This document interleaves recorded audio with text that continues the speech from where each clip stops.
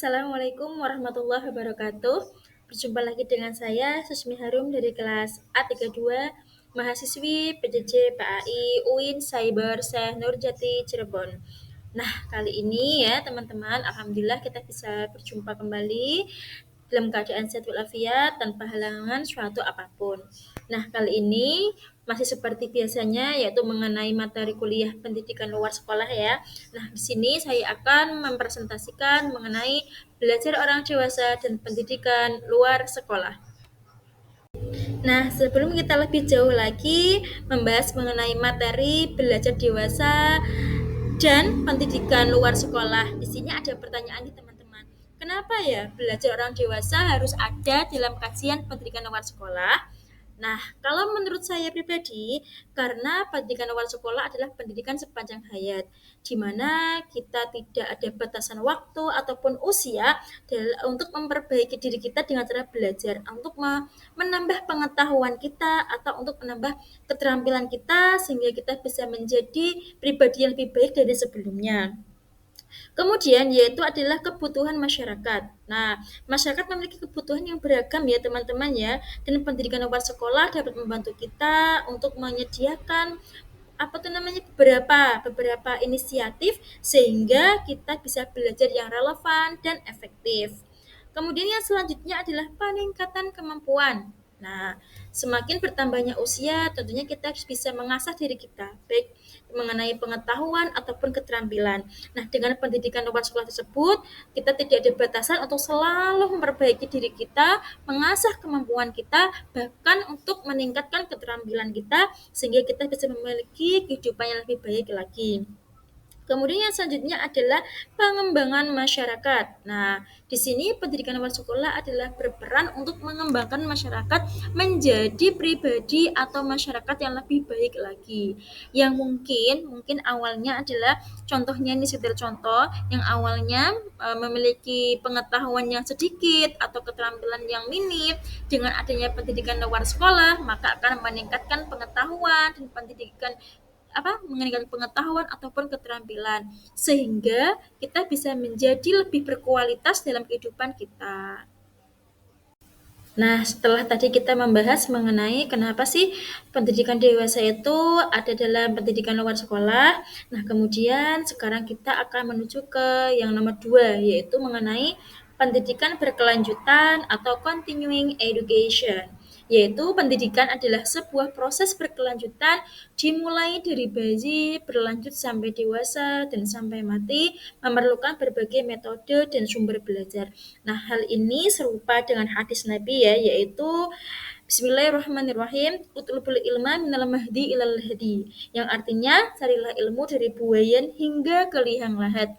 Nah, di sini kita bisa menyimpulkan ya teman-teman ya, bahwa mencari ilmu itu tidak khusus untuk anak-anak muda saja, melainkan untuk orang dewasa. Bahkan sampai kita di liang lahat pun kita harus mencari ilmu. Guna apa? Guna sebagai bekal hidup kita dan bekal kelak kita hidup di akhirat. Oke, next yaitu mengenai lifelong education dan continuing education merupakan landasan bahwa pendidikan dilakukan oleh manusia sepanjang hayat dan berkelanjutan. Nah, artinya bagaimana? Pendidikan yang di dalamnya terdapat proses belajar tidak berhenti di satu usia, melainkan dilakukan mulai dari kandungan sampai akhir hayat secara terus-menerus. Nah, masih berhubungan dengan hadis Nabi tadi ya teman-teman ya. Kemudian, maka tugas pendidik adalah menjadikan setiap individu menjadi seorang pelajar sepanjang hayat atau lifelong learner. Nah, seperti ada pepatah bahasa Inggris seperti itu, teman-teman. Never old to learn, yang artinya belajar tanpa mengenal usia. Nah, ini sama halnya dengan long life education ya, menurut saya ya, teman-teman ya. Kemudian, mengenai belajar orang dewasa dapat diklasifikasikan menjadi 5 jenis. Yang pertama, belajar yang berkelanjutan, yang artinya walaupun sudah dewasa, namun juga harus belajar agar kenapa? Agar kita mengetahui mana yang harus kita lakukan, mana yang tidak harus kita lakukan, sehingga kita bisa memiliki kehidupan yang lebih baik lagi. Kemudian, belajar sebagai pembaharuan. Nah, semakin kemajuan zaman tentunya ada banyak sekali ya teman-teman ya hal-hal yang baru yang patut kita ketahui sehingga kita tidak ketinggalan zaman. Kemudian yaitu adalah belajar untuk pengkaderan atau menjadi seorang pemimpin. Nah, kita adalah menjadi pemimpin bagi diri kita sendiri ataupun contohnya laki-laki untuk keluarganya dan perempuan agar bisa memimpin anak-anaknya, bisa mengajari anak-anaknya. Jadi penting sekali ya teman-teman ya, kita untuk belajar untuk pengkaderan atau menjadi seorang pemimpin. Kemudian adalah belajar populer dan yang selanjutnya adalah belajar kehidupan keluarga. Nah, selanjutnya yaitu menurut psikologi belajar, orientasi belajar orang dewasa. Kira-kira apa saja nih ya, teman-teman ya? Yang pertama yaitu adalah religion, yaitu materi yang diberikan harus mampu memberi ketenangan jiwa dan mampu meningkatkan iman dan takwa pada Tuhan Yang Maha Esa. Jadi, hasil dari belajar orang dewasa itu harus bisa memberikan ketenangan jiwa. Sehingga kenapa? Sehingga meningkatkan rasa iman dan takwa kepada Tuhan Yang Maha Esa. Kemudian yang kedua adalah application, yaitu materi senantiasa dapat diterapkan langsung dalam kehidupan sehari-hari. Tidak hanya materi yang didapatkan, namun selain itu orang dewasa pun juga bisa mempraktekkannya atau menerapkannya dalam kehidupan mereka sehari-hari. Nah, selanjutnya adalah integration, yaitu materi bisa diterapkan dan sekaligus digabungkan dalam pekerjaan yang telah ditekuni. Di sini maka akan meningkatkan keterampilan ya teman-teman ya, pembelajaran dewasa itu meningkatkan keterampilan, pengetahuan sehingga mereka bisa berinovasi dalam pekerjaan mereka yang telah mereka tekuni. Nah, kemudian bagaimana ya kira-kira ya cara belajar orang dewasa? Nah, di sini ya saya akan menyebutkannya ya teman-teman ya. Yang pertama adalah praktis atau cepat.